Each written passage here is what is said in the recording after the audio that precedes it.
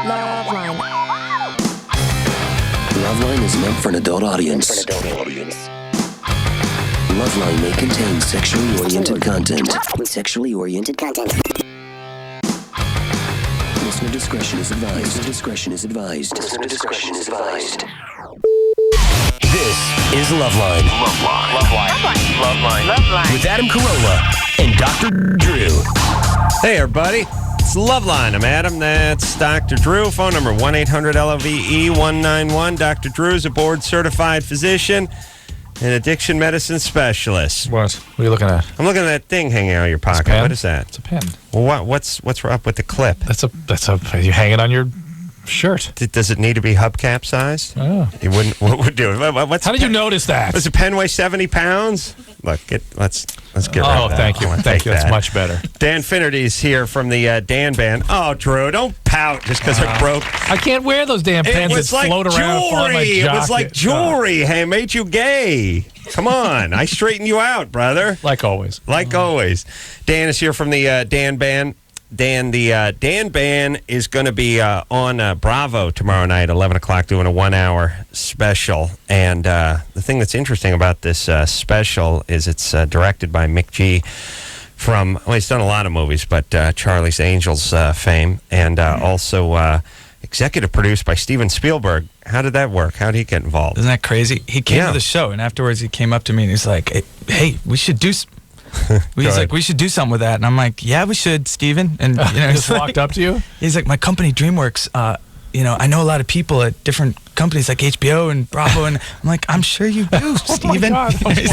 He's like, my company, DreamWorks, produced the movie Old School that you were in. And, I'm like, I know your work. He's like, I did a movie about a shark in the 70s. It just goes to show that this is why you got to get in a band. Yeah.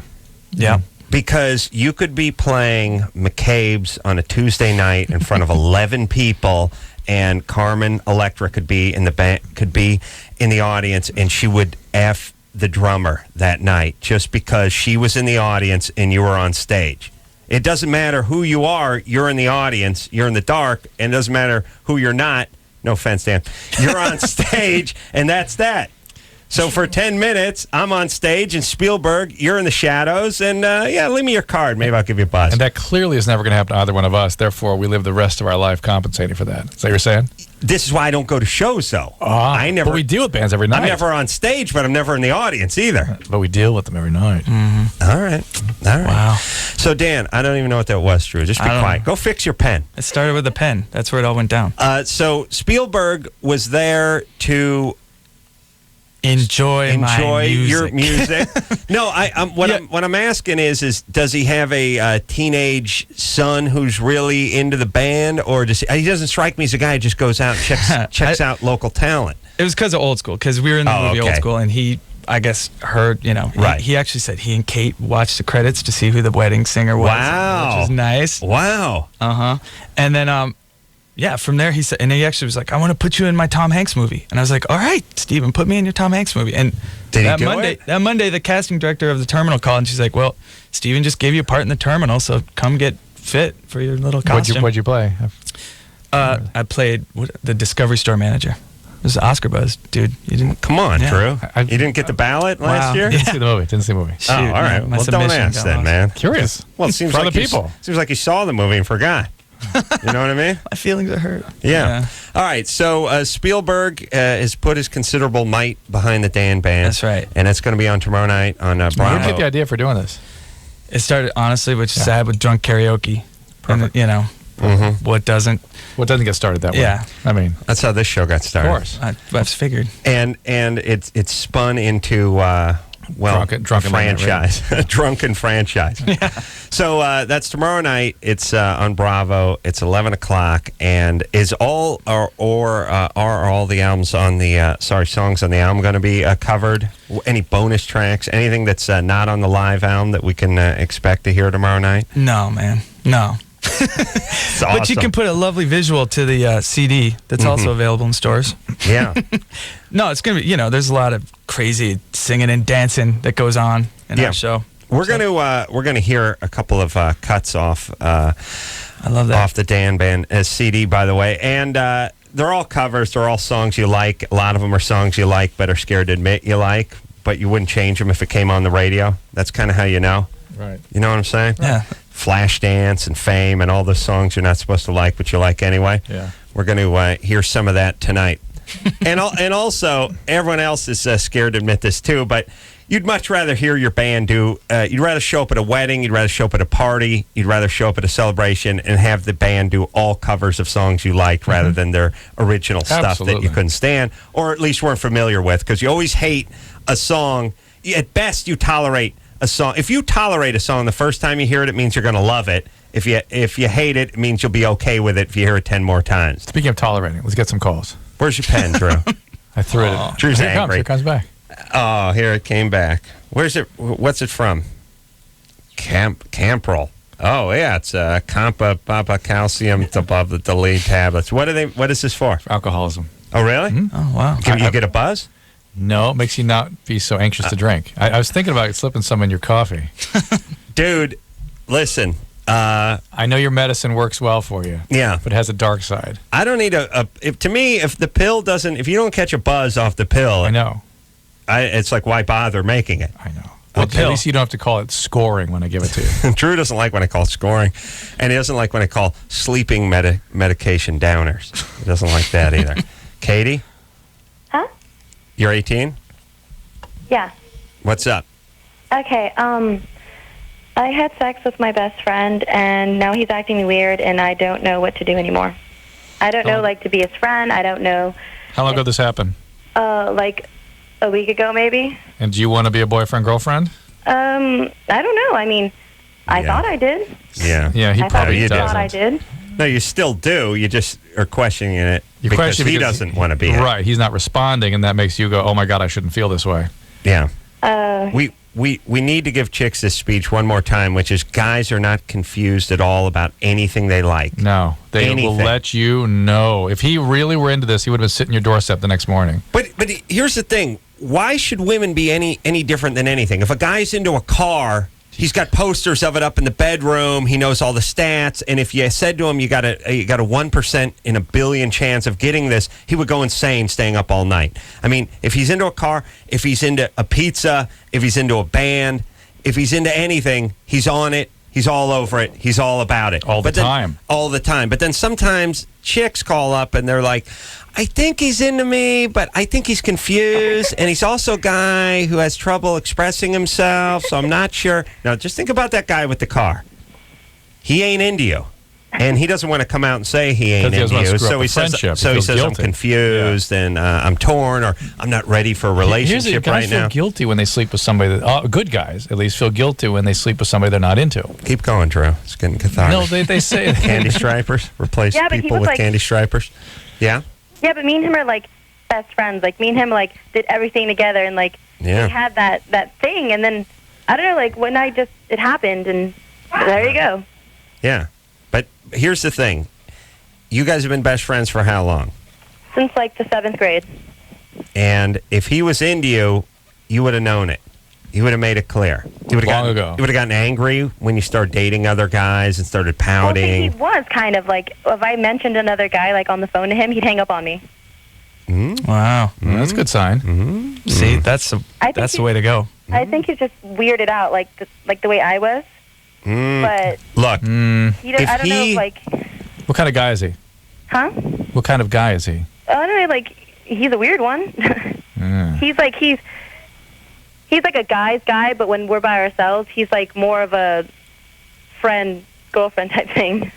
Well, hold on a second. I don't know. It's weird. Like when he's with why don't you declare? Yeah, declare just yourself. Go ahead and ask him. Go in and go. Happens. Look, I really wanted. I would. I know we have a good friendship. I value that friendship, but I think I'd like to move this thing into something else. If you're up for that, I am. If not, let's roll it back to friendship again. What? Yeah. Give him the. Oh, you can't do that. Oh, call him right now. Not right this second necessarily. When you're ready. If you want, let's call him. What's his number? I don't want to call him. Oh, all right. I don't even want him knowing that I called this. Okay. Oh my God! No, I can't call him. I'm scared he might think I'm retarded or something for calling. Well, no. Okay. Look. Well, the joke's on him because he had sex with a retard. You need to call him. Which I don't want to knock, and I mean, you shouldn't knock until you've tried it. You're telling us a little something that we don't need to know. Yeah. But the deal is, he needs to know how you're feeling. Put it on the line. If he doesn't respond, say, let it be a friendship again. How old is he? Probably 18. 18. She's 18. Poor chicks. Yeah. I feel sorry for them. They don't know what the hell's doing. It's bad news out there. It's got to be tough. They got all the boobs. They got no brains. Well, their brains work differently. They work differently. Yeah. They think, and they can't see it from a man's perspective because they don't have that differently. Like English sports cars' electrical system works differently. Doesn't work. The Japanese doesn't work that well. Like a SIM card. Yeah. It doesn't work. That's how it works differently. But everything's confusing. You know what I'm saying? I know what you're saying. All right. It's got to be tough. Laura, Yes. you're 18. Yeah. Uh-oh. You got that little girl voice. That means you were molested. Yeah. Yep, we hear it. All right. Now, Drew. Doesn't say that anywhere up there on the board. Read what the question says. Boyfriend says, boyfriend's penis kept missing during doggy-style sex. What's the problem? All right. But Three words into it. She uttered 3 syllables, and we knew she was molested. Yep, you can tell. She got that voice. You guys are good. Dan was molested, too. Oh, no. The way he said damn. That freaks me out. He said damn like he was molested. No. Laura, that's a tough problem. Yeah. So what happened? I mean, we'll get into the doggy-style stuff in a minute, but who molested you? It was like my friend's mom and dad got a divorce or whatever. So my friend's mom and her mom and her brother came to live with me, and her brother did. Okay. How much It's older? interesting. It became more pronounced when she started talking about it. You know what I'm saying? I was 14 and he was 8. No. Something happened before that. That's too late. We need something earlier. When you were 6. What happened when you were 6? Not when I was that young. Or 8? Somebody die? Somebody leave? No. What's all with all this chaos that a whole family comes to live in your house? It was just one of my best friends, and then my parents. I don't know. It was. All right, hold on a second. We need to convene. This isn't a 14-year-old voice. This is a 6 or 7 or whatever year old voice. So something's going on. You don't get this voice molested at 14. No. I mean, you don't get it the first time at 14 anyway. Right. You get it at 6. And your voice freezes? That's Voice what happens. They freezes. just stop developing. And our culture goes, oh, she's so coquettish. She's Marilyn Monroe-like. That's a little girl voice. Sounds like a little girl. Right. Yeah. Wow. Yeah. All right, let's see. Laura. Yeah. So let me ask some questions. Where's your dad? He's here. Aha. He's in your life and has always been. Yeah. These are your biological parents. Yeah. All right. Alcoholism, drug abuse. No. Is he a publicist? Drinks, but he's not okay. He's not an alcoholic. He yeah. Yeah. He like drinks? what? He's not an alcoholic. He drinks maybe 2 or 3 beers a day. And by the way, when I have kids, I'm going to train them. That's going to be their answer too. Yeah. Oh, Papa Adam? Yeah. No, he drinks socially. Socially, he's not an alcoholic. Recreationally. Recreationally. I don't know. Recreationally sounds like he only drinks when he's boating. Right. Which seems like a bad plan. Yeah, I'm just going to say socially. Laura, did anybody ever hit you? Somebody hit you, Laura? Yeah, I don't know who it is. What? You don't know who hit you? If someone hit me, I don't know what is over at me. I mean, I've got spanked by my parents, but not beaten or anything. Did they hit you with an object? No. Well, No. a paddle, but not anywhere but my butt. That's a little much. It's a little something. A little much. What's your dad do for a living? He's been working at his job since he was 17, and he's 39 now. So Oh, okay. I see. So he's been at it 22 years, so that explains it. But By the way, they had you when they were 20. yeah, Right? my mom was 19 and he was 20. And there was no chaos in your home growing up? Must have been all. I have All right. 2 brothers and a sister. What's by the way, you know what this show turns out? Here's what the show really is. It's like when they put a 7-year-old on the stand and they're trying to get him to admit the preschool. Can you point to the part of the dolly? Yeah. Point to the dolly where the bad man touched you. Did he touch you in your private? Did he touch your Pepe? Did he touch your hair? Here's a dolly. Use a dolly. It's like talking to an 18-year-old here. I know. All right. What's Dad do for a living? Lots of things since he was 17. No, I think the same thing since he was 17. Same thing. I see. Laura, where does your dad go to work? He works at this place that's like, it's like somewhere in Saginaw, and he's like a supervisor, and like he does this like, he like welds and does pipes and stuff. I don't know. Metal. He's, Metal. Works There we around go. metal. Oh, There we that's go. It's albino starting to come white in trash. focus. Worse than roofers, welders. Oh, yes. All right, so Laura, and so you were raped. We're not going to get into it. All right, Anyway, at there's a rape in 14. early adolescence. Anyway, Yeah. it sure wasn't like when you were 11 you were raped? might have been. I'm not sure how old I was. It was somewhere around there. All right, let's say it was 8, just for the sake of argument. Just so Drew can Because be right. that's what it's. I have a absolutely vivid sense that it's somewhere around there for you. All right. Either way, doggy style sex with your boyfriend. How old is your boyfriend? He's 22. How old? 22. How long have you been sexually active with him? Since like October of last year. Okay, and why is this so mysterious to you? What's happening? Yeah, like we do it and it'd be working, like, and they'd come out and like it just Doesn't that messes sound like a up. 6-year-old talking? What? What's that, Laura? Yeah. Go ahead. I can tell because it's turning me on. No. Oh, Drew, listen, I'm flesh and blood. At least I'm honest. I'm being honest. That's all. Hey, Laura, look, I don't care what he's doing when he's behind you. That's the least of my worries. I worry about you crapping out some kids. What are you using for protection? The pill. Boda bag? You're on the pill. Oh, Very good. all right. You're on the pill. Yeah. You take. Well, What do you mean? What? You take a pill every day? Yeah. is it shaped like Wilma? What's the name of the I pill don't you're trust taking? her. Yeah. Oh, What's- Drew, this will be good. What's the name of the pill? Can't hear her. This phones suck. I didn't remember the name.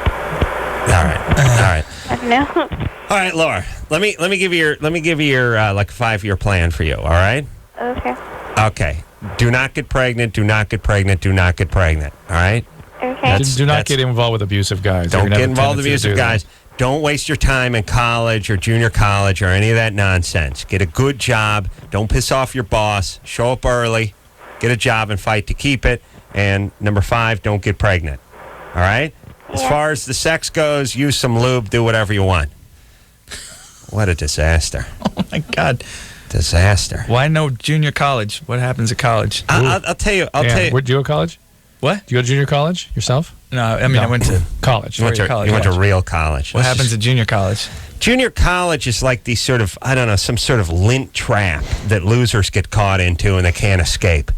They just get into it and they never get out of it. And 6 years goes by and they're. We had a long discussion last night about the fact that no one ever graduates junior college. They transfer out. They transfer to a 4-year. Yeah. They never graduate. It's just some sort of it's some sort of black hole filled with pot, hacky sack, and granola bars and peachy folders that losers fall into, and there's no escape. Damn. Listen, if you're stupid, you shouldn't be going to college. Here's the thing: you want to know how to frustrate yourself? Try to do things that smart people do when you're stupid, Or just do things you're no good at. or do things you're no good at. Yeah, Drew. You, my friend, Build a house. should be in a reggae band. Yeah. Right. You should be one of the Wailers. Yes. And here's what our society is. Here's what we do in our society. We tell every kid, you should go to college, you should do this. And Well, then we it's more tell because every you can other do kid, anything. you do anything you want. You do anything you want. You do anything you want. What we should be you have a telling problem kids with the is, man got in the no, way. you can't do anything you want. You can do about 2 or 3 things if you're lucky. Why don't you figure out what those things are? Better yet, we'll tell you what Remember they the are old day? and They go used, to do have, them. they used to have aptitude tests. They go, you're good at farming. We're going to take you and we're going to send you down to agriculture school. Hey, you're good at teaching people. We're going to give you a teacher school. Remember that? Yes. That was like 50 years ago. And then you have a nice, fulfilling life because you get to actually do things that you're good at. I know, Dan shaking his head. I know, because Dan... You don't like social engineering? Adam has a plan. Well, Dan would have been Adam driving the Zamboni at the skating rink. There's nothing on the thing that says start a band where you cover, feminist hippie songs from the 70s. Right. No, I know, and there's no radio loudmouth box on that Right, aptitude test yeah. either. Don't get me wrong, but everyone goes to college, and if you ain't college material, you just float around for 6 years and waste everyone's time. His way is learn a skill, learn a trade. Yes, It's a reasonable idea. Who's going to learn a trade when they're 18 at McDonald's? I mean, that's my point. Carpet cleaning. Adam went right into it. Now, here's the point. Somebody should have got hold of me and every guy I hung out with in high school at age 16 and said, you guys aren't going to Stanford and you're not going to Cal. You're going to need to make some money. How about we get in some pipe fitting apprentice program or something, and you guys learn how to fit pipes or frame buildings or pour slabs or do electrical work or fix carburetors. And then you get out of high school, you work some apprentice thing for a couple of years. Next thing you know, you're 21, you're making $18 an hour, and you can afford rent. But see what happens if they don't do that. What actually happened? What happens is you go to junior college, you float around for 3 years, and your stepmom kicks you out of the garage, and next thing you know, you're cleaning carpets for some a-hole in Van Nuys for $4 an hour. Nice. or you become a 39-year-old dad who drinks just 2 beers a day with a, Right. Yeah. little girl talking 18-year-old daughter. Yeah. That's actually that would have been a good story for one of those guys. Right. Adam's friends. All right. So listen, everyone, find out what your calling is and do it. But again, you can't. It can't be rapper and movie star for all of you. All right, Drew, reggae. Can't wait. This is what I believe everyone secretly loves sports for this reason, because if you can't cut it, you're out. Yeah. See, junior college is like a horrible basketball team that you can never be cut from. So you can always say, I'm on the team, even if you never play and you're never any good. Whereas in sports, it doesn't matter if your dad owns the franchise. If you can't cut it, you're out. That's what people love about that it. new Shaggy style reggae.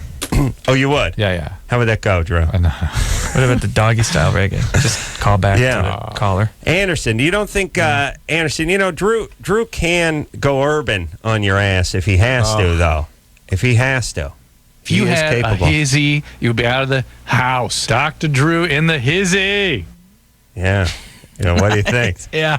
I mean, Look, motherfucker, I'm telling you. Don't be a hater. Because when you tap her in the ass, you ain't going to be interested in pistol rock no more. And the digit is Dizzle, and in the hizzy for chizzy going to be great on the QT for real. Yeah. Let me tell you what happened. We had the mics turned on during a commercial break, and Drew was giving me some advice of how to handle my bitches. I'm telling you, nigga, that it would put you into the mode where you would have no problem to get that freaky shit going. 24/7 flowing semen here in your house. And you're hizzy for chizzy. All right, Drew, easy now.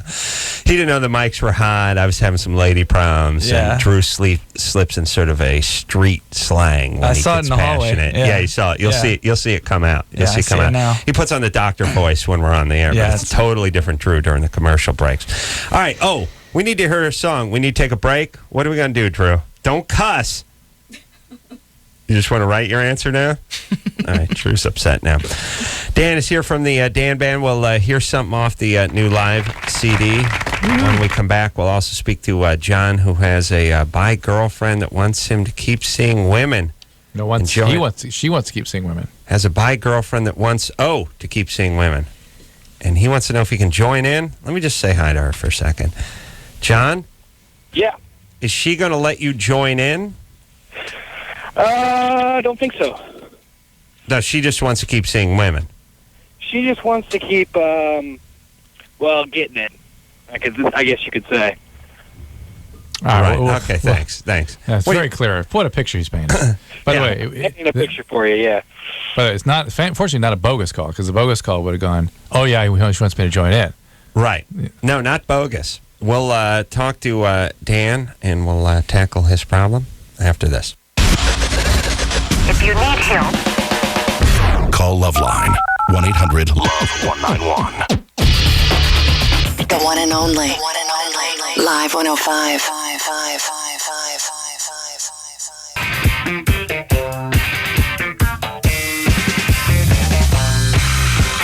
Yeah, everybody.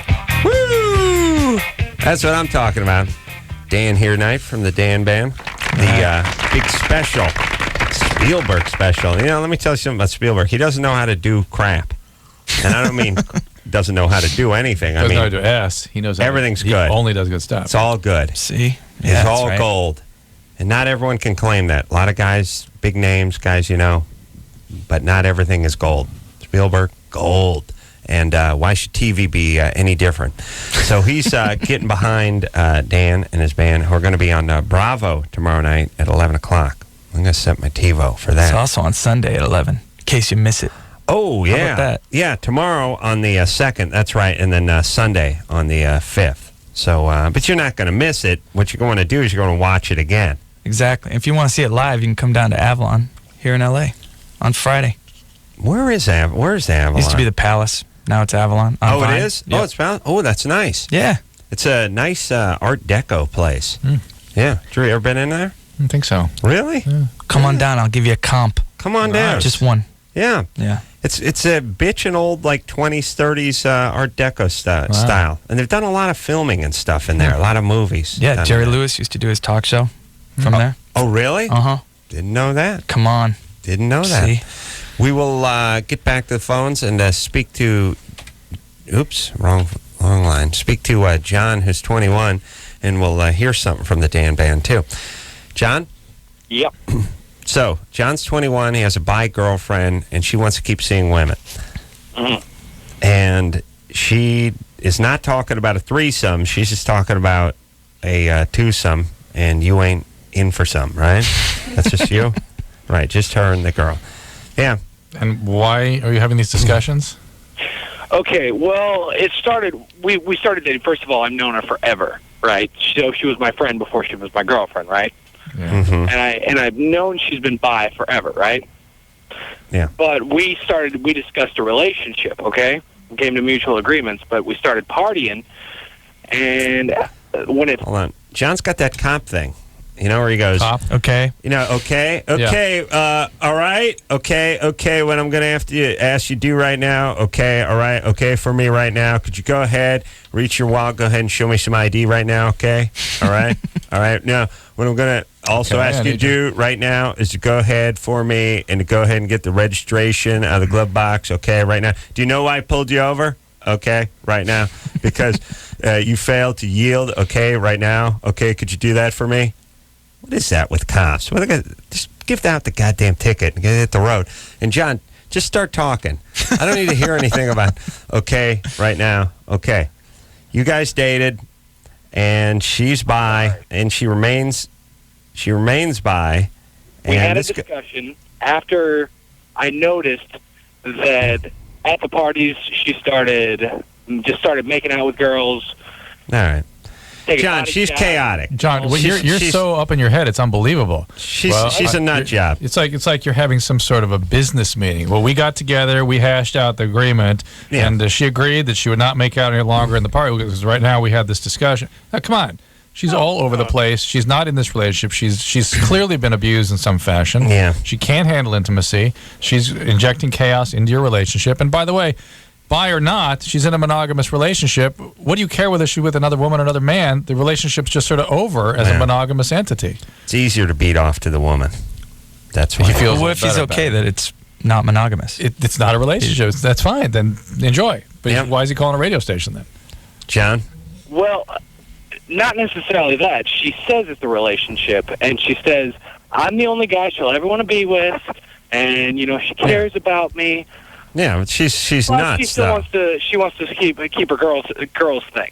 She's like, you treated me better than anybody ever has. Yeah, well, sure. Stepdad beat the crap out of her, the coat hanger. Go read about borderline personality disorder. I think you'll see a lot of the qualities here. John. She's bipolar. Yeah, okay. Well, bipolar and borderline kind of go together. So let me tell you what goes on. I know we live in this fantasy world where she's super sexual, so that's why she likes the ladies and the gents. No, she's chaotic, and I guarantee she was abused. This is the sad truth behind the super sexy, super sensual chicks who just they love 3 guys or 3 women. No, she was abused. I'm sure she's a mess. She's chaotic. And she's going to drag you right into it. And you're not equipped to handle it. So that's a fact. All right? Okay. Wish humans were different, but that's how they work. All right, right now. Well, right now. What I'm going to have to ask you to do, okay, right now for me, okay, is to go ahead and step away from the relationship. Just go ahead and set the vagina down, son. or and not. Put your hands in your pocket. Just go ahead for me right now, okay? Okay, right now. Just step away from the But relationship. prepare for chaos. Put your hands where I can see them, please, right now, okay? Interlock your fingers behind by your the head. way, son. Go ahead for me right now and just lie down. All the parting stuff, that's her addiction getting going, too. Okay, right now. The what? The partying? She's an addict, too. But usually this fits with the All right, big John. time substances. This is No, she none of doesn't this- do any substances? Huh? She doesn't do any substances? She used to. She quit. She's clean. Yeah. John. It almost killed her. Yeah. Is she in a program of 12-step recovery? She already went through all that. So she goes to meetings every day? It killed her. Her heart stopped. And All right. John, Whoa. the only way, just so you know, for the sake of discussion, the only way someone like that By the way, ever gets over addiction is with daily active involvement in recovery with their sponsor, probably 2 meetings a day for at least the next 5 years. This is somebody who's a severe trauma survivor, had a near death, nearly died of addiction, and magically she's over that. There's no such person. It doesn't exist. John makes a pretty compelling point as to why she's not an addict anymore. Her heart stopped.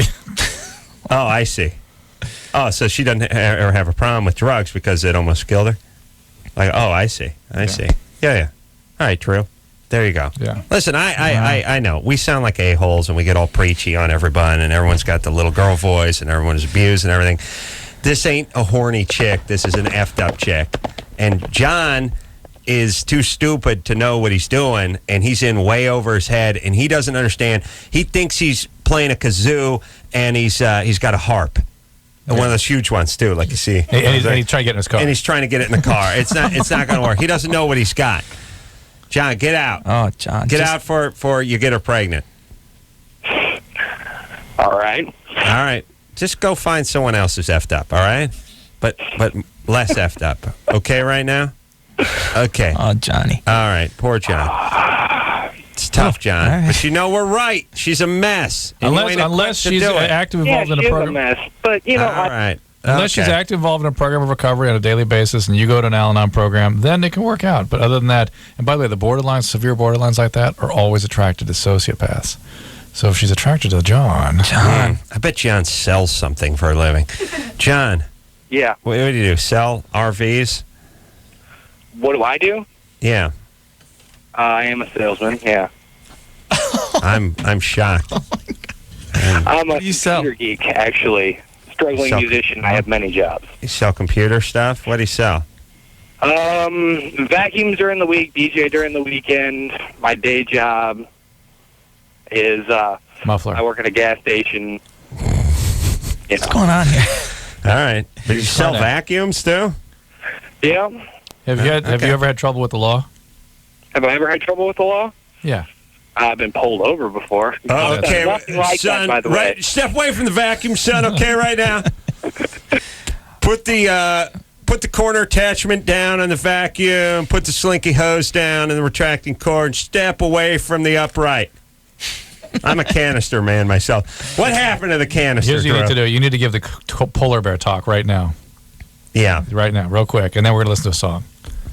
Well, I'm too depressed. Who cares about Don't the give the polar bear talk. Do not mention the polar bear. you thing. don't want to give do the- not talk about polar Really? bears. I hate that All when right. you talk about that. Well, I can't stand it. You know what? Do you not just, mention it. You know what you just earned yourself? No. A polar bear talk. All right? okay. You want to shoot No, for two no, polar bear no, talks? don't do it. Do not do it. Here, Dan. right. I'm going to address this to you. Okay, good. Okay. Because we're not going to see each other ever again. And Drew and I get an ass full of each other. You know what I mean? Although I will see you on Bravo tomorrow night at 11 and then repeat it again Sunday on the 5th. And I'll see you from the stage on Friday at Avalon. Yeah. Here in town. Oh, yeah. Yeah, Friday night. Down the street. Yeah. Yeah. Formerly known as the Palace. Polar A bear. lot of movies there. Okay. Oh, I have been to the Palace. Here's the thing. You've been there. All right. Palace, yeah. Here's the thing. If you want to figure out, and this is all we've figured out from this show, if you want to figure out how polar bears act, how they interact, migration, Feeding habits. Mating habits. You study 100 of them, and you're an expert on polar bears. You don't have to study every one of them. You need about 10 of them, actually, and now you know everything there is to know about polar bears.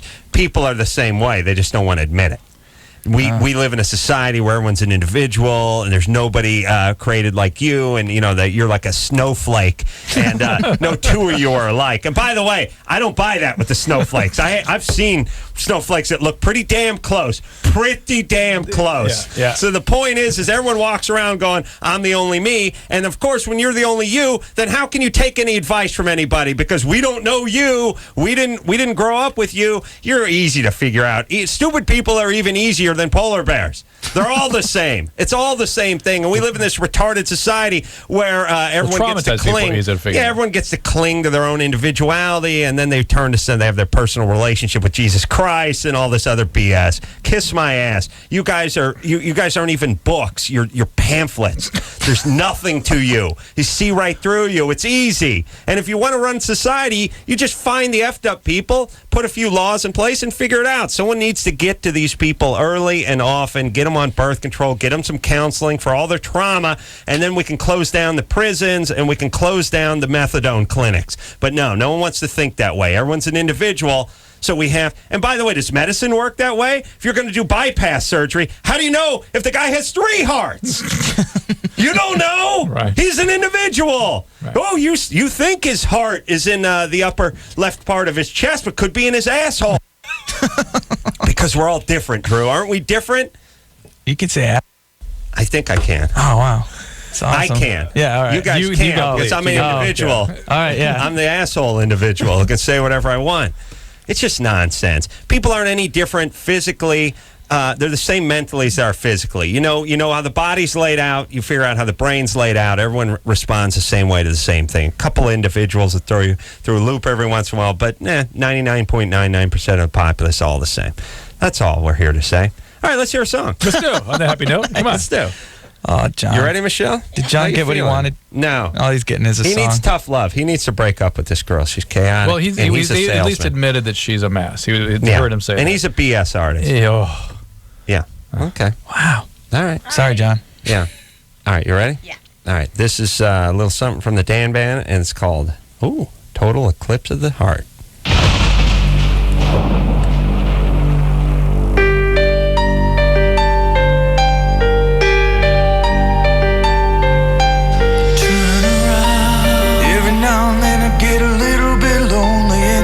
Coming round, turn around. Every now and then I get a little bit tired of listening to the sound of my tears. Every now and then I get a little bit nervous that the best of all my years have gone by. Every now and then I get a little bit terrified. I see the f***ing look in your eyes. Every now and then I fall apart.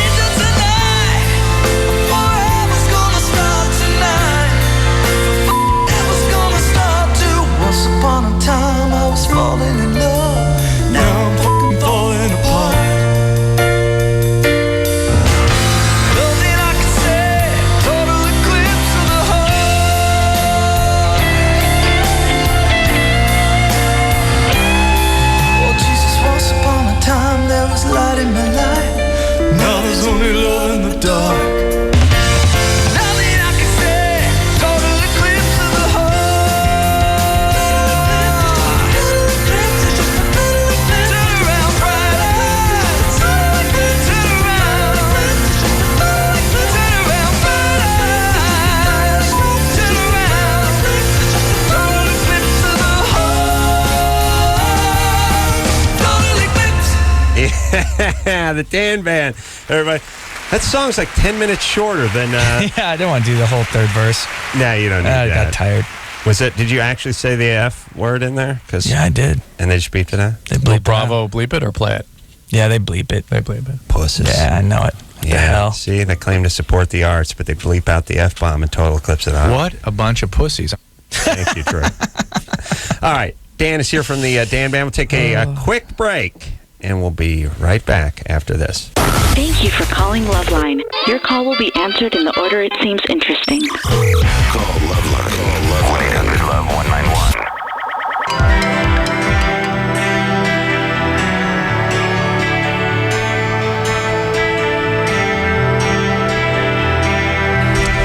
Hey, everybody. It's LoveLine. I'm Adam. That's Dr. Drew. Dan is here from the Dan Band. Woo. That was me wooing for myself. We'll hear something else off the live CD. You can find the Dan Band, which, of course, Dan leads, on Bravo tomorrow night at 11 o'clock, and then again on Sunday. But don't kid yourself. Don't do that thing where, I don't have to catch it tomorrow night. I'll catch it on Sunday. Oh, no. No, you catch it tomorrow night. That's right. That's right. And reprise it.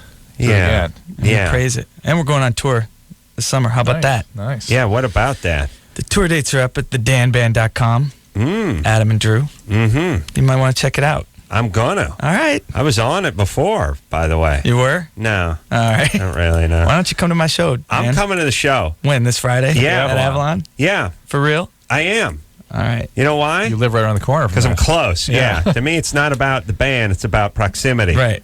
You know what I'm saying? Yeah. I'll get you a Zima. Oh, he's in. Oh. One comp, one Zima. I thought they went the way of the dodo, but I'm into that. I'm into. You know what? You know what else? You know what else I'm into? I don't know if they have anymore. I should have stocked up. Tequiza. Oh, those are good. Tequiza was awesome. I hope you're not blaspheming because they were good. No, Tequizas were good. They're Yeah, like Zima was bad news. I'll say it out loud. But Tequizas were nice. Tequizas were wine coolers for straight guys. Yep. Strawberry blush, no. Right. See, here's the deal about here's the you know what it is? It's like what a smoothie is to a guy who thinks he's on a health kick, which is That's what Tequiza is? Yeah, it's 44 ounces of frozen yogurt and orange juice. It has as Sugar. many calories as 6 Big Macs. Yeah. But you think Right. I didn't have the tuna melt. I had the caloric equivalent to an actual basket of fries at McDonald's, but it's a smoothie. It's a health shake. There's a strawberry on the cup. Yeah, strawberry in the cup.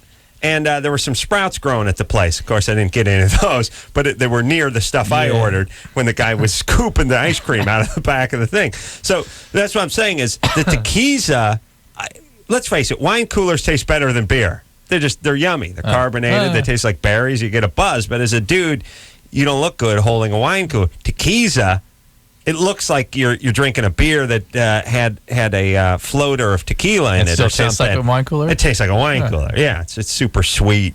No, it's like isn't it beer with like a tequila flavor? It is, but look, first off, everything that tastes good is just corn syrup. That's what it is. Yeah, you go, oh, this iced tea. It tastes good. It's things Cairo, that aren't sweetened taste like hell. That's how you know everything's sweetened.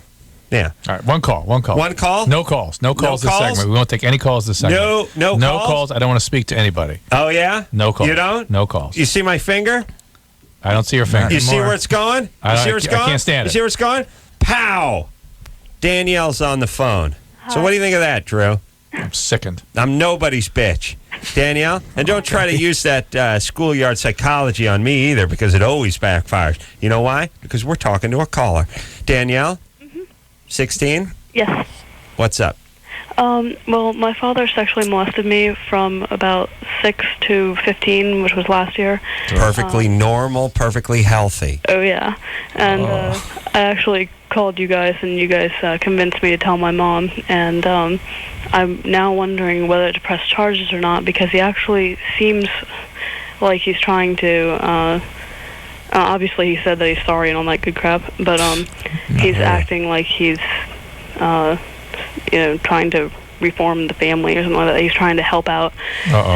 What's he doing? He's on to somebody else. He's on to some kind of cult or something? What are we doing here? Oh, he found Jesus? What's he doing? No, he's just, said that he's found the error of his ways and all that. Danielle, you don't worry about him right now. Worry about yourself. You need to get some help with this horrible I do trauma. want to get counseling. All right. Yeah. But what? if I get counseling before I'm 18, I will have to report it, and I really don't know if I can. You should report it. I know I should. What does your mom think about the whole thing? And by the way, she's calling from Florida, so this is, I think, just a misdemeanor. A molestation, you get essentially a citation. Well, $23 fine. Yeah. I was raised in Connecticut, so most of it was. Oh, okay, so it's more. They fled to Florida. Yeah. Oh yeah. What is? So he could carry on his activities. And what is Florida? Is it a state or a septic tank? Does just all the crap just roll into Florida? Is that how it works? Yes, it's in my backyard right now. Oh, yeah. And remember, there's a big difference between northern, central, and southern Florida. I know. So this is northern Florida behaviors, right? I'm actually near West Palm Beach, which is sort of southern Florida. No, I don't even know. I didn't know there was a part of Florida. I just knew it was just Florida. There's Shaq's house, and then there's everywhere else, and that's where all the trash resides. So, Danielle, you sound relatively intact for someone who's been through what you've been through. Yeah, I actually am fairly stable for the most. Yeah, that's amazing. Which means you have a sort of good constitution, and a good, healthy, sane streak in you. Yeah, that's what you told me last time.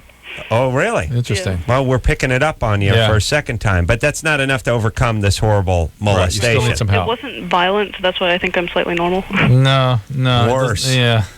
Well, there's all kinds of horrible conflict. What's the matter with me tonight? Conflicted feelings develop as a result of being aroused by this and being overcome. Right. It's just a horrible feeling. Very confusing. Is your mom on your side or not?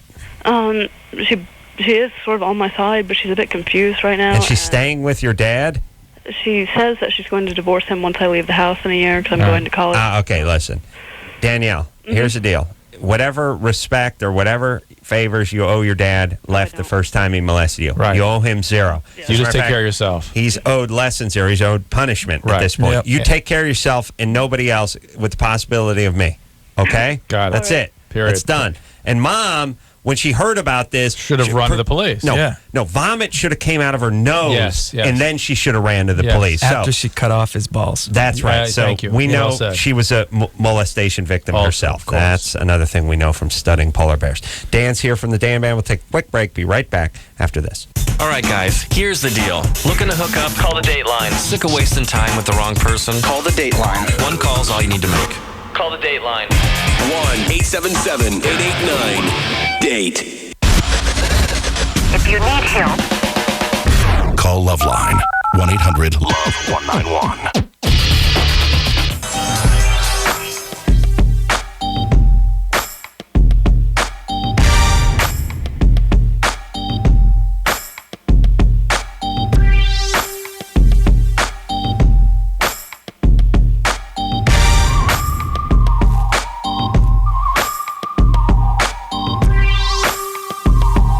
Hey, everybody. What is up? I'll tell you what. Drew, you know what I'll tell you about right now? This close? Dan, this guy will drop trout. He will drop trout. I swear to God, he will drop trout. He's wild. He will drop trout. Watch out. This guy's a radio maven. He drops trout. 7:31 after 7 o'clock. The news, traffic, and weather coming up at the top of the hour. We got Silmar checking in at 58. Chatsworth checking in at 58. Rancho Santa Margarita checking in 58 degrees. Glendale 58. Burbank 58. Encino checking in 58 degrees. I will drop trout. On the 110 mattress in lanes. Watch out for brake lights on the 405. Watch out for brake lights. Yeah. Sig alert. Sig alert. Watch out. I got in an argument with somebody about. Here's. Dan is here, by the way, from the Dan Band. We're going to hear something else off the CD. Big Bravo premiere tomorrow night, and then again on Sunday night. Nobody, just Steven Spielberg put his considerable might behind the project. That's how big a fan he was. E.T., Goonies. Mm-hmm. Yeah, Goonies. Here's the thing about, I got in an argument with someone about traffic, and I haven't harped on it for a while, but I can't stand these goddamn traffic reports. I think they're a waste of time, and everyone is brainwashed into thinking that they need them and thinking that they've used them and that they want them. And here's the challenge I put out to everybody. How many traffic reports have you heard in your life on morning radio, or better yet, just sitting at home in your kitchen watching the TV, drinking a cup of coffee when the morning show on Channel 5 breaks away for Sky Traffic? First off, 3/4 of the goddamn traffic reports you've heard, you've not been in a vehicle. So think about that. before you realize, before you shout out that you can't do without them. Number one. Number two, how many traffic reports have actually impacted you where you said, aha, I'm getting off this freeway. I'm going to get, and by the way, if you're getting off the freeway, 10,000 cars are getting off the freeway in front of you. Because they just heard the traffic. Yeah, the 405's not moving. We'll hop on Sepulveda. It'll be like the Salt Flats of Mojave. I'll go 400 miles an hour. No, that's a parking lot, too. The traffic reports don't do anything for anybody, and yet we all buy into them, and all they do is waste our time. And by the way, when's the last time you heard a traffic report that had something to do with you and the freeway or the street you take?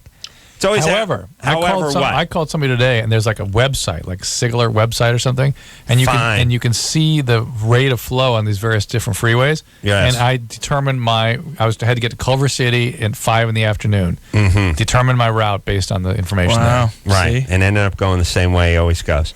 No, actually, no. I never go. I went on the 405, which I never take. Oh, yeah? Take the 405. Why? The 405, the slow and go on the 405. Look out for brake lights. But there you were got brake lights lanes. on the 101. Yeah.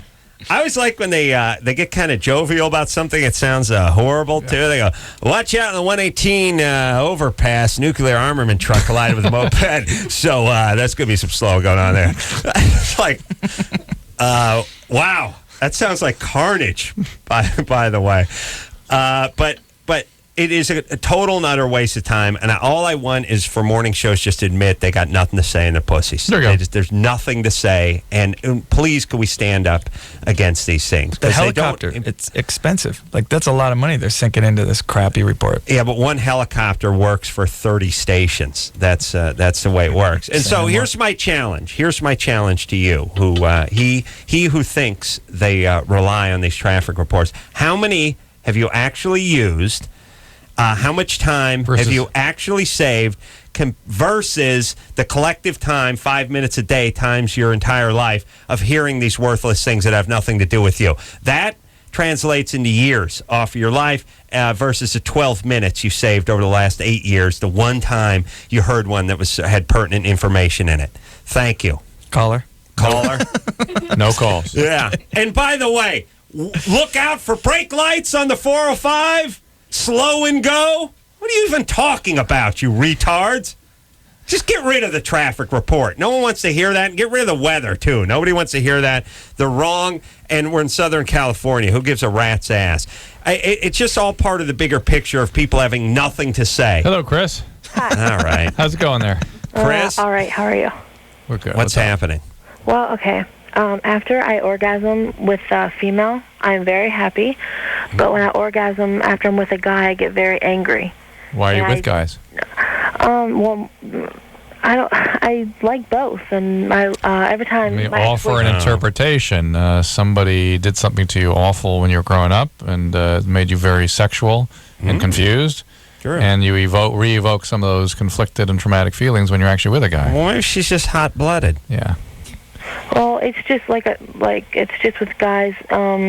So what about what I just said? Well, yeah, I like being with guys though too. Did you hear what I said? Nobody hears what you say, Drew. I heard what you said, but you're like one of those dog whistles. I feel like Charlie Brown's teacher right now. You know what you are? You're like you're a nerd whistle. Only nerds can hear you.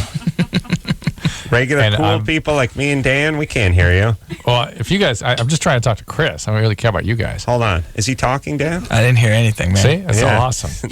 Hey, Michelle here. But yet, if we'd graduated from college, we'd know what he was talking about. Exactly. Junior college. No, not junior college. Nerd Whistle. It's a good name for a band, too. That should be a next band. Side project. Dan's got himself a side project, Nerd Whistle. He got together with Travis from Blink and a couple of guys from Radiohead. And they're doing something called Nerd Whistle. Nerdwhistle.com. That's right. So, Chris, what is your question? Well, I just don't know why I get so angry with guys. Well, I just mentioned that. I just told you why. What did Drew say to you? Did you hear him at all? Yeah, he said something had probably had happened before. Right. So what happened? I was raped when I was 12. Okay. And so that creates all kinds of awful feelings about men. And that's something it wires into you. It's hard to get over that. It makes it very, you feel, once you've been brutalized like that, it's very difficult to be sexual or to feel that sexual part of yourself. Yeah. You seem to be able to do it with women, but men, you're attracted to men because that part of that wiring is to be attracted to abusive guys, having been abused. Who raped you at 12? My stepbrother's friend. Beautiful. Beautiful. How old was he? 21. Nice. Ew. Yeah, that's bad. And I'm picking up on a little physical abuse, too, with you. So they kind of, my mom when I was younger. right. And so that physical abuse also adds to all this trauma biology. Your mom beat on you? Yeah. Until I was about 13. All right, hold on a second, Drew. I've been wrong the last 27 times I've made this declaration. I'm usually right about everything. But I've Sexual had abuse some at trouble. 12, beaten by her mom until she was 13. Okay, I feel it, and I feel strongly this time. Asian or Jew? I'm going Jew. It's got to be one or the other. Chris? Yeah. You're Jewish, right? Yeah. Ohio, sexual abuse, physical abuse from your mother? Yeah. Are you Jewish? Yes. No. No, you're not. Are you really Jewish? Yes. No. Wait a minute, Drew. I may be right. Wow, l'chaim. I'm a Jew. No way. Did you have a bat mitzvah? No. No, only half. My dad was Jew. All right. They go by the mother's religion and that. Well, my mom really doesn't have a religion, though. So. Are you a Mormon? Mom's got to be something with a hot-blooded... wow. Anyone... My mom's Italian, but, I mean, she really didn't have a religion. Zesty Italian.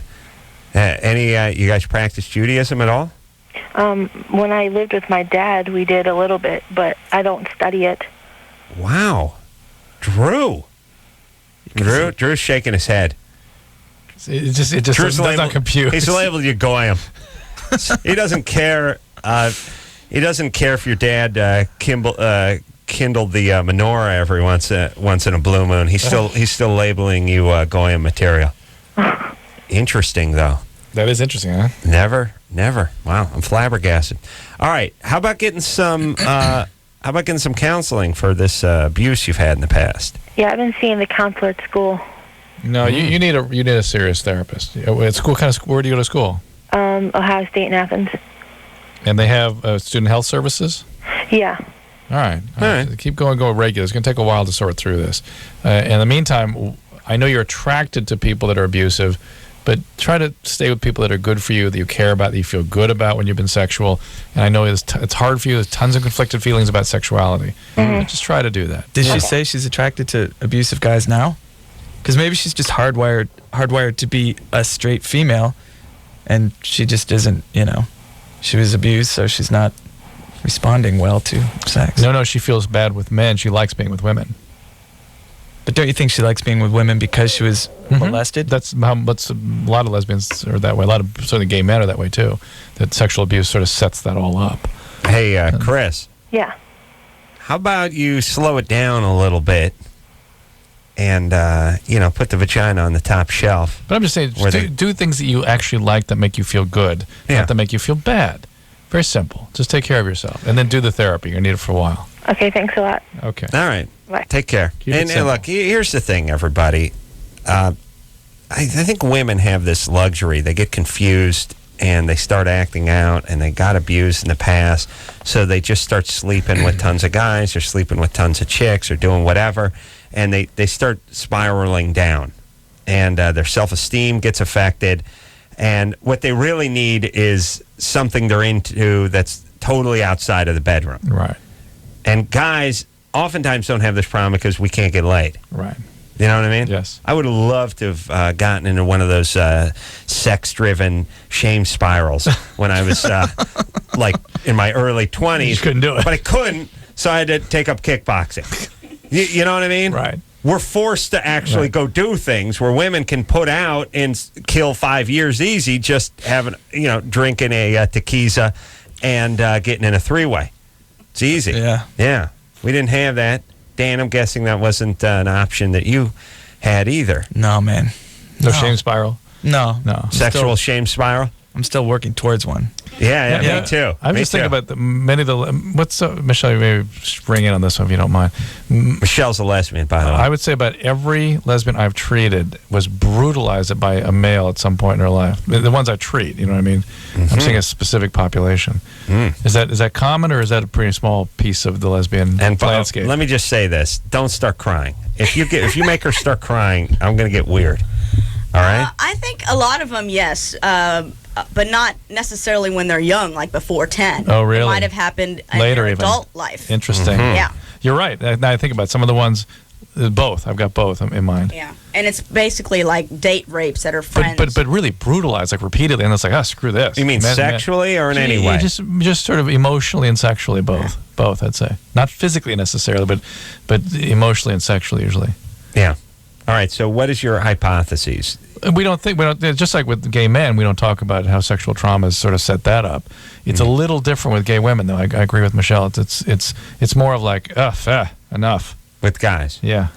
Well, I think our feeling is that women are a little more flexible sexually. Yeah. Not resilient. They're flexible. Yeah. They're malleable sexually. Yeah, they can be attracted to, a totally straight woman could be totally attracted to a beautiful woman she works with if she, has a good heart, or she really digs her, or she want to. Here's the point. If there was an attractive chick that another chick worked with, and that chick said she's having an art opening, and the person went to it and really dug her art, she could easily go down on her that night. Easily. Straight. Yes. No. Whereas a guy doesn't do that. Guy doesn't wait for the art exhibit. A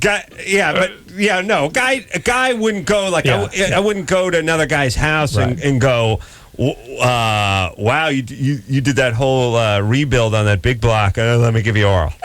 Like, all we want to do is punch him and take it from him. Right. But we don't want to perform oral on him. Right. No. No, women are more flexible sexually. More evolved. Well, Drew calls it evolved, but I just call it more flexible. And so here's the thing. So if a woman was not treated right by men, or just got turned off to men, she could be with women. Whereas guys, all we want to do is kill hookers if the opposite happens. Well, it's sad, but that's what guys do. We don't have that flexibility. Like, my mom was kind of a bitch and she was neglectful. I'm going to start blowing guys. That's my thing. It's tougher to get us to go over. I think that's why women, by the way, can have a phase where they're just, I was with women for 5 years and now I'm married and I have 6 kids. Because it's more emotional for a woman than it is for I think there's flexibility there. Yeah. Not all of them. But there are genetically gay men and gay women. There's just no question. There's that too. That was their path. There's that too. Yep. Absolutely. But it's sort of a mixed bag. Yeah. Now they know it early. Michelle, when did you know it? Grammar school. When did you know Drew was gay? Oh, I knew he was gay 2 weeks after I met him. Yeah. But grammar school. Yeah. Wow. Yeah. 5th grade, 4th grade? 3rd grade. 3rd grade. Yeah. Wow. And did you feel weird? Yeah, but I just didn't say anything. Yeah. You okay? Oh, yeah, I'm fine. You're lesbian. You're a lesbian. So you knew early. You're a lesbian. Yes. So you weren't you weren't made in the lab. You came out that way, right? You weren't created in the basement by weird old Uncle Lou. No. Or bad dad. Bad dad? No, her dad's a good guy. Yeah, good. That's what I'm saying. Parents still married. Oh, her dad is? That's an inspector. Building inspector? Building inspector. How come he can't help you? I called him, believe me. Try to kiss his ass. Believe you me. Sent over a basket. Oh, really? Yeah. What kind of basket?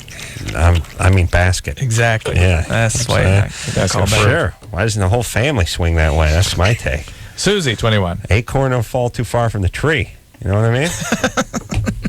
Susie? You're 21? Well, come on, Susie, you got to be there. No, she doesn't. Wait, because we've lost. She's been back online. I'm here. There we are. What's up, Susie? What's happening? Drew, stop making noise. Hi, guys. Hey. What's happening? Well, I had my daughter almost a year ago, and right after I had her, maybe a couple months after, like, I lost all sexual drive. Even now, I'm kind of like, How long ago did you have her? A year ago? Almost a year ago. She'll be 1 in 3 months. That is very common for a number of different reasons. Are you still breastfeeding? No, I stopped after like 5 months. Okay, breastfeeding will shut you down. Just the hormonal changes of pregnancy will shut you down. The stress of dealing with a baby is not easy. Not feeling sexual because of your body changes affect this. This is a lot of stuff. Sometimes getting on birth control pill or getting on some hormones really helps kickstart things. So you should talk to your doctor about that. Where's baby's daddy? Oh, we're still together. Oh. But I don't notice the wisdom of we daren't ask where the husband is. Not your husband, though. Baby's daddy. No. No. I don't think How I'm ready dare yet. you? Oh, no, that's a commitment. That's a commitment. Yeah. No. That I don't want to get married yet? No, it's refreshing. I mean, the child, that's just 18 years. But marriage, that's... Yeah. Well, the way I see it is that my parents, I don't know who my real dad is, so... We're shocked. I'd rather... We are Adam. Can I scrape you off the floor with a spatula? No, because I'm going to be scraping you off the floor with a spatula, Drew. So, Susie, here, you don't know who your real dad is. No. So you're going to make sure that your child doesn't know who his dad is. It's funny how that works. Yeah, exactly. So I just want to be sure the person I'm going to marry, I'm going to be with. Yeah, because you wouldn't want the baby to know her dad. Yeah. So, Right. Yeah. How about you not have the kid until you get married? How about that strategy? Well, that was an option, too. That was an option. She was aware of that option. But Okay. No. Yeah, I was aware of that Trying option, to trick but I her? decided to take the high road. The high road. So you just, okay. Well, that's noble of you. And you're what we call old-fashioned. You don't hear that anymore. Young people so often Victorian. today. I'd say Victorian. I know. Today, you hear about the young kids. They're getting married. They're going to college. They're starting families after they're settled. But and it breaks your heart. But once in a while, there's once in a while, Progressive thinker. Yeah, someone like Susie comes along and craps out a kid. Takes the high road, as she says. Decides to get married and takes the high road. Yeah. Well, I didn't mean the high road, but I just, made a decision, and I said this is the best thing for me right now in my life. And am I going to stick to it? Am I going to stick to my guns? And I said, yeah, I'm going to do it. And, all right. Well, and I know I'm a statistic, but, at least I'm a good statistic, I guess. Yeah. God bless you. I just think if Adam and I decide to take the high road at 20, think about what that would have been like. Well. Yeah. Well, I have been taking birth control, though, so good. I think that might get better. Well, that may be shutting you down sexually, too. There's certain pills that make things worse. You got to work with your doctor. Sometimes the ortho, ever a patch. You're on the shot? Yeah, Depo. That totally shuts you down. Yeah. That's why you're having a problem. Why? The shot, that's a typical side effect of the Depo shot. Are you not in love with the guy? Yeah, who's where's the father? What's his deal? Well, we're living together. We have a family atmosphere, real good atmosphere. But she has to get rid of him. She can't have her baby know her dad. Yeah, why don't you guys just go ahead and get married then? Because, like I said before, my mom never married my dad for a reason, and I don't want to marry somebody and then find out, when she's 12, oh, that's not the person I want to be with, or him find out somewhere later on. I want to be sure. By the way, the over-under is 3.5. It's not 12. And by the way, that's why things like there's a sort of a value placed on commitment. You hang in with those relationships, even when you decide, I don't want to be with this guy. You hang in. Yeah, but why should she get married if she doesn't want to get married? That's fine. Who cares? But, Susie, your reason that you don't want to get married is because you don't want to make the mistake your mom made, which is not having a dad around. Which is the mistake you're making. But the dad's around. Well, no, I just don't want to. Yeah, he's around. I mean, he's so proud of being a dad and all that stuff. I mean, you seem intent on getting rid of him. Does he not want to get married? Yeah, has he asked you to marry him? Well, no. Well, obviously, no, he hasn't. So it's somewhat of the same situation happened with him, but it happened when he was younger and his dad left his mom. So I think we're both sort of at different sections of the boat, I guess you could say. In the same canoe, different sections of the boat, I guess, to make that metaphor. Wow. But Baby's I think we just, in the middle of the canoe. Well, I mean, we're in the same boat, kind of the same situation. Yeah, get it. Yeah, well said. We got it. All right. Okay. All right. I don't know. Is it one of those fiberglass canoes, or is it the one where the pelts are stretched over the wood frame? No, it's the old-fashioned wood ones. Pelts. The wood one with the pelt? Susie. Because some of the Indians would carve them right out of logs. One solid. Chop it out of the log. Yeah, one solid. They burn the inside of the log and then scrape it out. Susie, you sound so smart. Make some decisions on your own, okay? I will. All right.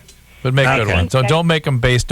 Whenever you react to your family of origin, when you're reacting to it, it's going to be a bad decision. Mm-hmm. Whether you're reacting in a way, sort of like a robot and acting out the same thing that happened in your family of origin, or going the exact 180-degree opposite to make sure it doesn't happen, you're still making bad choices and doing something that's going to have a profound effect on your child. What's that have to do with kayaking? Are we talking about kayaking? Kayak. Burning the inside of the log, yeah. Okay. All right, so it's one of the older ones with the pelt. Yeah. Okay. So we've established that. That was it. like the idea that she definitely had feelings about it. I like the canoe thing. I do too. It was nice. Yeah, she's a metaphor pioneer, by the way. Like, we're both on the starboard. Well, he's on the aft side of the. He's on the Lido what you deck. don't want to do is you don't want to count your paddles. But you don't want to before your oars hatch. All right, good. No more kids, though. No, please. All right, let's take a little break. When we come back, we'll speak to Savannah. Uh-oh. What is that? Birth control. Oh, birth control. Affect. It's not that I couldn't read birth control. It's just a BC. I was starting to say, boy, we have weird designations here. It's like porn, double DPs and stuff like that. Oh, yeah. That's strangely enough, ADPs, yeah. Does birth control affect the ability to have orgasms? She's having trouble. I don't want to talk to her. Just lost virginity. How long before the sex stops hurting? Started taking steroids. Balls shrank. Ouch. Well, this could be for you. It could take care of that problem. He's talking to Adam. Yeah. I don't know you, Bob. I don't maybe you too. I don't want to put muscle on, but I am interested in shrinking my sack. So for that reason, I might get on the juice. We'll tell you how we convinced Jimmy Kimmel that Adam actually had a scrotoplasty. Yeah, remember that? That saddens me, Drew. We were at a wedding a few weeks back, and we were trying. I thought we were having a good time. I thought we were telling a joke. We were eating. I think we were high was the problem. And Drew made a joke at the table by saying Adam had scrotoplasty. And because I'm a great improvisational comedian, I went along with it. And I just explained to the table that I had a little asymmetry in the sack and that one ball hung a little closer to terra firma than the other one. And the problem is the reason I had the repeated surgeries is I had the ball lift, but they brought it up too high. Which, of course, now gave me the same problem with the other nut. And that one got raised, and they pulled that up too high. Then we started talking about straightening out the Dartos tunic and ironing out the wrinkles. Right. And Jimmy yelled, "I knew it." And then he made this proclamation. If there's anyone I know who would undergo scrotal plastic surgery would be Adam Carolla. And that's when it stopped us. Stopped being funny. That's when it got a little weird. Got a little weird at that point. Ghost tear. I was like, anyone you know to have scrotal surgery would be me. He who does almost no physical maintenance whatsoever. I'll attest to that. Thank you. Ouch. Thank you. It really hurts. I just went to the bathroom with you guys. Yeah. And you saw what I was talking about, right? You saw what I mean, right? Yeah. I moonwalked out of there. You felt it. We'll take ourselves a little break dance here from Dan Band Night. Here's something else off the new CD. Something you might hear on tomorrow night's Bravo special, perhaps. Take a quick break. Be right back after this. Hello? Who's this? This is LoveLine. 1-800-LOVE-191. LoveLine will be right back.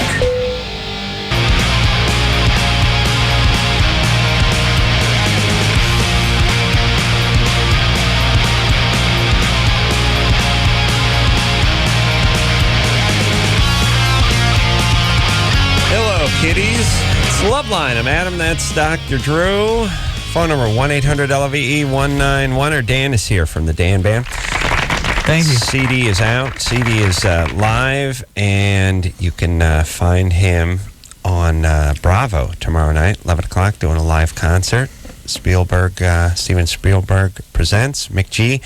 He directed the show? He directed it, yep. How much directing's involved in a live concert? He just stood there and rocked out, right? Yeah, no, he did a lot. He, helped come up with the set. We kind of the set, because we do the show every other Friday at Avalon here in LA. And It's just the basic Avalon black box set, but Right. McG, McGified the set. It looks like, Vegas threw up on it. Where, it's good, in a good way. Where did you shoot it? Did you shoot at Avalon? At Avalon, yep. Oh, so they just got in and dressed the place up. Yep. When did you shoot it? We shot it like 6 months ago. So it's just been, waiting to be born. And tomorrow's the birthing. All right. Yeah. Well, get ready for the have your the afterbirth placenta rock. Yeah. Tomorrow night. Yes, Drew? You cool? What's going on? My placenta's rocking right now. Are you thinking about something? Yeah. What are you thinking about? That my nose hurts. What's the matter with your nose? I don't know. Something hurts right here. A little too much of the Tootski?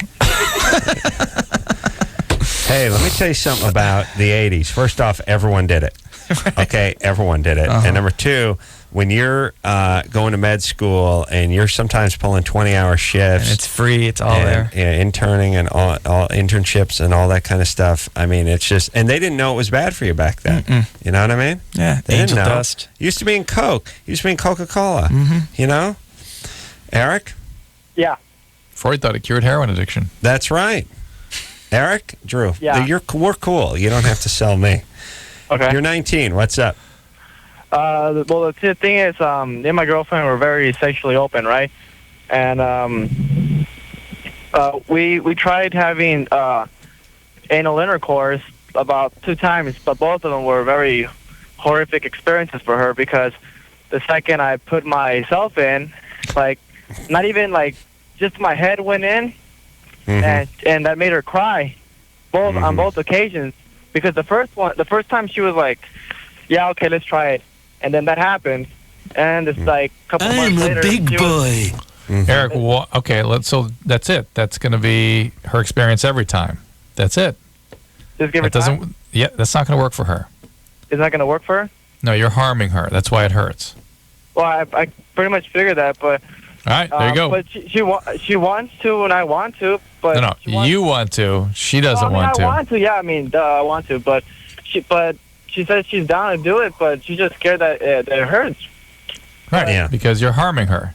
Yeah. She just wants to make you happy. Well, why would she want to do something that hurts her? That's harmful to her. Not just hurting, her body's telling her that there's trauma going on to the tissue down there. Let me explain something to all stupid guys listening to the show, and that's all of you. Here's the thing. You cannot... here's what I've had an ass full of in this society. Strangely enough. I've an ass full of having an ass full. People have an agenda. Whether it's anal sex or some business decision, people have an agenda, and what they do is they just sort of make themselves. Strangely, they cram it up the tokai. Yes, we're not so literally and figuratively in this case. Right. What she is saying is I wish I could do this, but I can't because it's painful and I don't want to do it. No, I would love to be able to. Maybe you can find out a way. What Eric is hearing is she wants to do it. Right. You understand the difference? Yes. Eric. Yeah. She gave you 2 cracks that are cracked. That's 1.5 more than I usually get. And that's 1 too many. So no lube, no nothing. No letter on page. I remember when my dad got me my first butt plug. Let me explain something, and that's out of context. Okay. That's out of context. Let me explain something with the lube. Your lube window has slammed shut and been painted closed. That lube window was anal sex round number 2. If you're not smart enough to bust out the lube in that particular case, you don't deserve a 3rd chance, my friend. Well, yeah. Okay. All right. Listen. Look. It takes a big man to admit when here's he's the deal. beaten. You can cause hemorrhoids, tears, fissures, abscesses, fistulas, and prolapse. They're basically a tear. It's a sort of a eroded area down the side of it. The anus is an area that gets tons of pathology, particularly in women as they age anyway. You do stuff like that to her when she's young, it's going to be a long life. Really? Yeah. Really? Yeah. So you're saying you only get 1 anus? Anuses? No, you only get 1 crack at it. You only 1 crack at an anus. Yeah. Here's the thing. If you try anal sex one time and your girlie ain't into it, and she's good enough to go ahead and sign up for 2nd tour, in Anus Nam. You better show up with a big bucket of Coke and a bunch of Anusol and a big tub of water-soluble goo and like 30 condoms and a candle and a like box set of Sex in the City. That's what you don't just show up for one more dry run and then be befuddled when it doesn't feel good for a second time. Expect you're getting a third time. She wishes she could. No. She's just trying to shut you up. Leave her alone. And again, this is back to the idea of anybody should be able to do anything. If we could just find the right technique. Yeah, she ain't into it. No. Leave her alone. Leave her ass alone, please. Well said. Savannah. Yes. You're 22. Corolla. Yay. Yay. Adam. Corolla. See, Dan, I'm trying to get Marco Polo in the pool. Changed to your name. Corolla. Yeah. Corolla. Adam's jacking off the jacuzzi. Yeah, that's my fish out of water. Oh, all right. It's a little bumpy. We're working it out. We're working it out. Good. Yeah. You're almost there. You know what we mean. Yeah. Do you have a pool, Dan? Yeah, I do. You do? Yeah. Mm-hmm. Do you swim in it? You dabble. You do? You ever play Marco Polo with the kids and the nieces and the nephews or anything? Yeah. Could you go ahead and change that to I'm Adam going to work Carolla? that out. Yeah. All right. You got to do it sing-songy. Adam Carolla. Done. Okay. All right. It's on my next album, too. Thanks. Yeah. Please. All right. What are we talking to? Savannah? Yes. What's happening, baby doll? I am curious because I went to my nurse practitioner and I asked her because when I'm on the birth control pill, I have a harder time orgasming, and she'd said she'd never heard of that, and I was wondering if Dr. Drew had heard of that, and if it's actually rather common. It's actually rather common. It can affect orgasm function and libido or sex drive. When the estrogen passes through the liver, it changes the level of something called sex hormone binding globulin. So that determines how much sex hormone is free and available in your blood, basically, both testosterone and estrogen.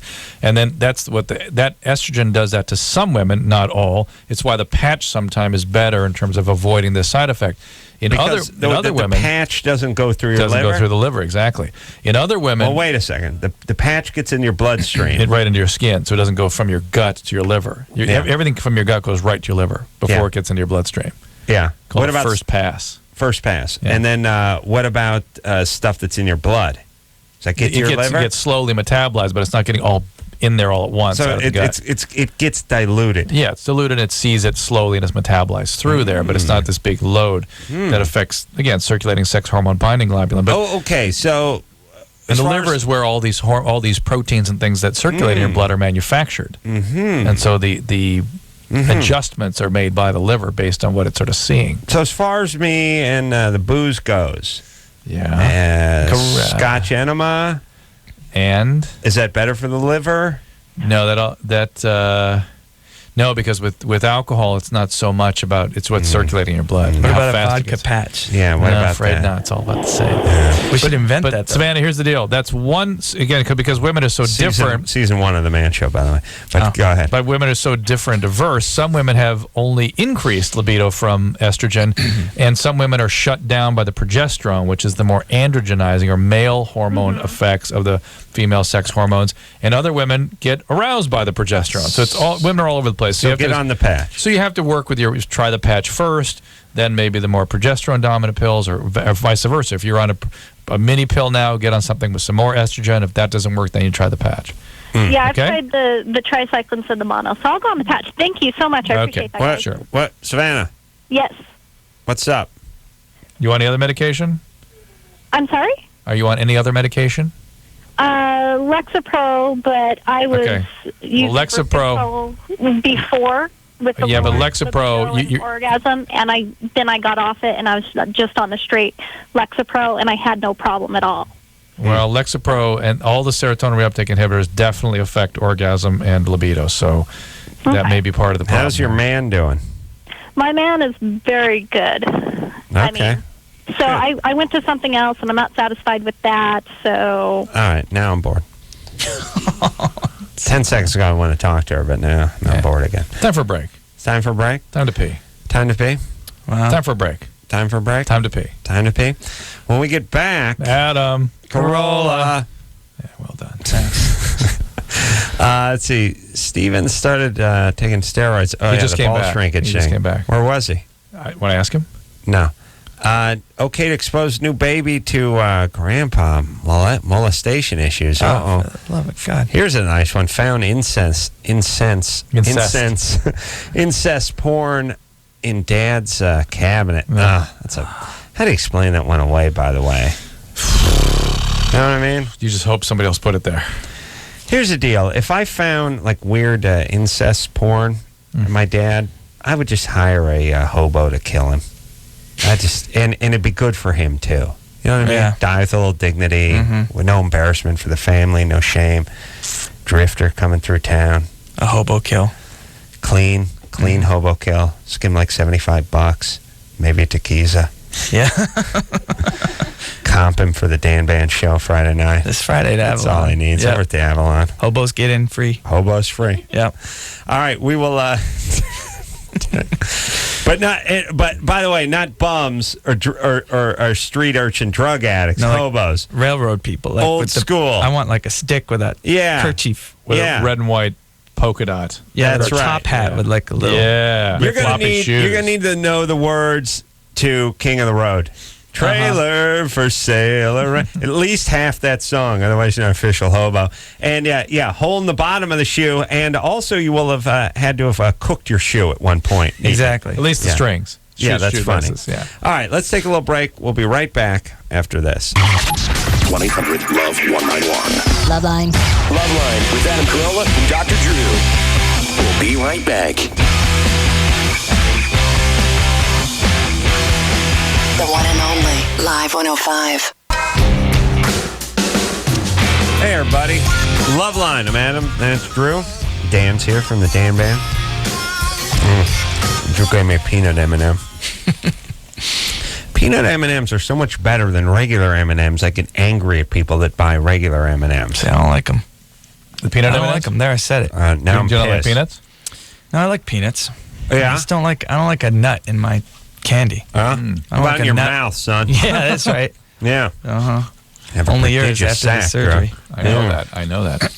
I've borne witness. Hold on, Dan. And by the way, it's good that you brought this up at the end of the show, Prodigious because if sack. you would have brought this up at the beginning of the show, Prodigious. you The know, peanut thing or the nut thing? the peanut thing, we would have had problems. Really? I got to be honest with you. I mean, do you like nothing worse than like a nice muffin with a nut in it, or a brownie? It kills the brownie. I'm getting hungry and horny, Drew. No, a nut does not kill the brownie. Yeah, I don't. No, it throws your tooth off. Your tooth gets used to a certain texture of crunch in the brown. No crunch at all. Just a nice soft gummy chew, and then you get hurt with a nut. No, I can appreciate the man that appreciates texture. Nuts hurt. Yeah, you get hurt with a nut when you're trying to gum something. Yeah. Well, you just got to time it right and turn your head. That's all. Nice. Yeah. Relax and push into it. You get pink eye. Here's the thing. Walnuts are good. Walnuts are the devil. See, you say something now like that. wait a second. let me just see where we're at here in the nut department. Macadamia nuts. What do you think? Not a fan. Cashews? I like a cashew. Almonds. I like almonds. Like on the plane where they give you the warm Yeah, nuts. yeah. That's good, Yeah. but I always toss the walnuts over to my lady. Hazelnuts. Eat 'em. Hazel? Hazelnuts? I don't know that. Soybeans. I'll do a soybean, but is that a nut? Not really. I think it's in the legume family. There it is. But All it's right. in those cups that come in the American Airlines Touche. plane. Oh, right. Yeah. Yeah, they start filling the thing out. Made me angry. Lately, I know. It's like a What is caper, that? though. All of a sudden, it's all soybeans. True. Yeah, here's the thing. Drew, you and I are turning into like old postmenopausal rich broads. I mean, Lovey from Gilligan's Island. I flew. I fly first class because Because here's- you're Adam. Corolla. No, because I force people to fly me first class because it's like, look, you want me to come out to wherever and do whatever, you got to float me a first class ticket. You're a tall guy. You can't have your knees in the seat on That's right. Southwest. That's right. Yeah. And besides, I want to slum it back there with, the working people. They might pick up Hep C or maybe just a bad habit. Junior college kids. Yeah. Yeah. Anyway. The point is, Keep them focused. All right. I fly where we'll first go. class, and one of the best things about flying first class, if you're flying American, is that hot, cup of nuts. Oh, the only thing better than a nut is a hot nut. I'll tell you what, that is awesome. And lately, and I just noticed it the last time I came back from New York, they started filling it out with soybeans. They basically took the whole bottom of this nut thing and they packed it with these horrible soybeans, and then they just put the nice nuts at the top. And they no longer have the big carafe they carry around to refill it. What the hell's going on? Listen, here's the deal. First class ticket in New York is like $3,300. Coach, $285. Go ahead and give me my $2 worth of nuts, you cheap sons of bitches. Or, bring your own nuts. Keep them in your pocket. They get warm. I'm not packing my own nuts for a $3,300 ticket that I didn't pay for, but I can still act outraged about it. No, I mean, that's the whole thing. The difference between first class and coach is like $2,000. It's not twice as much. It's 10 times as much. Yeah. I want my hot nuts. Oh, Drew. Yeah. No. I'm not flying with you. The captain has to come out. Oh, yes. Mr. Corolla has a hissy fit.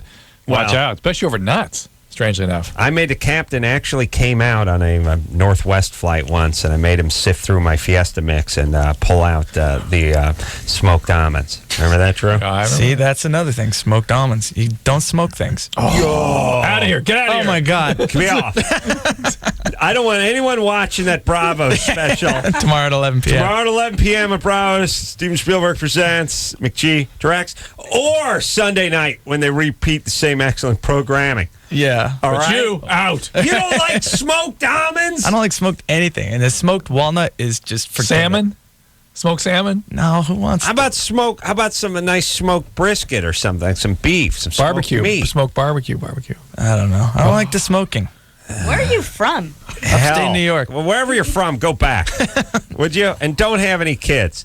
I need a bunch of non-smoked almond, regular M&M eating beasts running around this planet. Enough problem with you. Jeff, 22, what's up? He sickens me. I'm not even going to look at Dan. Oh, my Jeff. fingers hurt. Don't talk to me. Talk to Drew through me. Jeff? I can't even hear you laugh. What's up, Jeff? Is he laughing, Drew? Yes, he laughed. All right. Yeah? I got a problem. I can't. My endurance just sucks.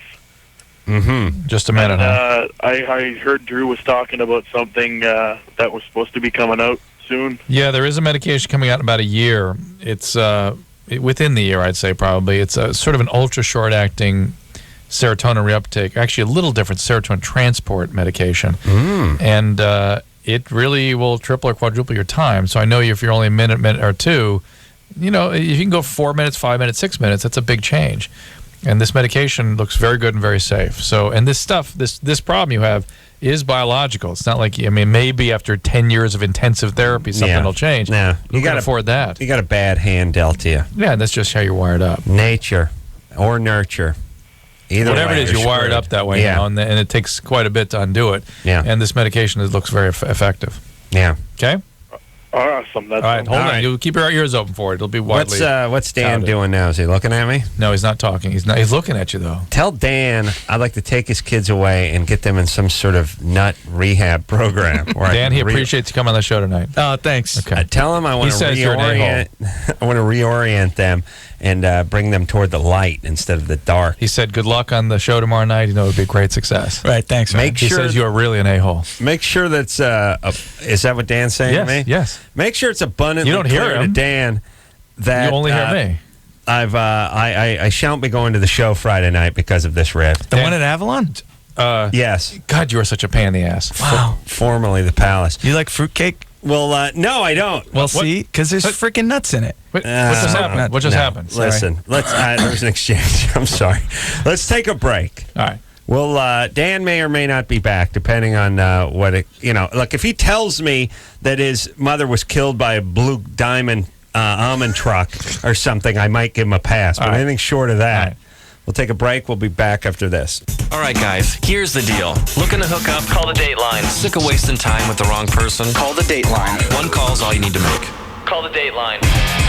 1-877-889-DATE. If you need help, call LoveLine. 1-800-LOVE-191. the one and only Live 105. Well, that's the show. I want to thank What's-His-Nose for coming on. Smoke Walnut? Yeah. Dan is dude. He's dead to me. Shake it I off. now know him as the man who loathes nuts. Come to my show this Friday at Avalon. Join my email list at thedanband.com. See, everyone else at the Avalon is going to be seeing a guy rocking out, singing chick songs. I'm going to be seeing a guy who hates smoked almonds up there. That's all I'm going to be seeing. It's going to be painful. That's all I see. I know. You know what I mean? Red. Yeah. I don't like nuts in my bread. What are you going to do? Sorry.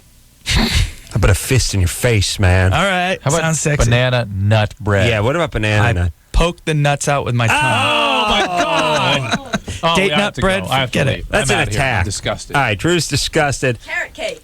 I'm going. I could do carrot cake. I'm going. It's big of you. I'm going Friday night. Bravo tomorrow night, 11 o'clock, and then again on Sunday night. And until next time, it's Adam Carolla for Dr. Drew saying mahalo. Now my nose hurts. What's the matter with your nose? I don't know. Something hurts right here. A little too much of the Tootski? This has been LoveLine. The opinions expressed on this show are not necessarily those of the staff, management, sponsors, or this station. The producer for LoveLine is Ann Ingold. LoveLine is a presentation of Westwood One Entertainment.